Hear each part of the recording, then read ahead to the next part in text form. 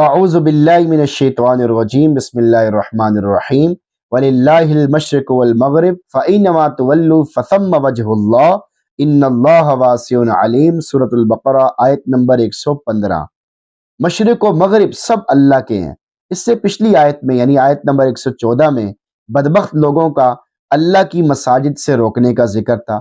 اس آیت میں یعنی آیت نمبر 115 میں مسلمانوں کو تسلی دی گئی ہے کہ ہر چیز اللہ کے قبضہ قدرت میں ہے۔ اگر مسجد نہ ملے تو اللہ تعالیٰ نے اپنے فضل و کرم سے تمام زمین کو مسجد کے حکم میں کر دیا ہے، تاکہ مسلمان مجبوری کی وجہ سے مساجد میں نہ جا سکیں تو جہاں چاہیں نماز پڑھ سکیں۔ وَلِلَّهِ الْمَشْرِقُ وَالْمَغْرِبُ، اور مشرق و مغرب اللہ ہی کے ہیں، یعنی بحیثیت مخلوق اور بحیثیت مملوک کے مشرق و مغرب اللہ ہی کے ہیں۔ فَإِنَّمَا تُوَلُّوا فَثَمَّ وَجْهُ اللَّهِ، پس تم جدھر بھی رخ کرو گے وہاں اللہ کی ذات کو پاؤ گے۔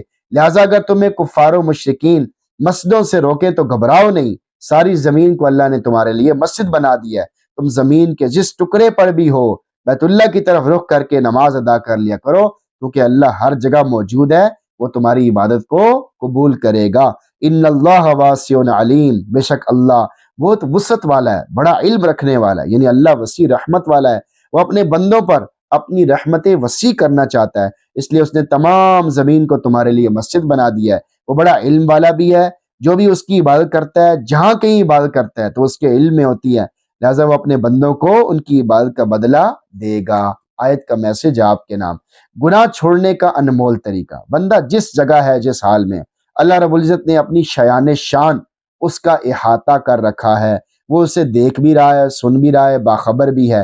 بس ہر وقت یہی دھیان رکھنا چاہیے کہ اللہ میرے ساتھ ہے، وہ میری باتوں کو سن بھی رہا ہے، میری باتوں کو جانتا بھی ہے، میری حرکات و سکنات کو دیکھ بھی رہا ہے۔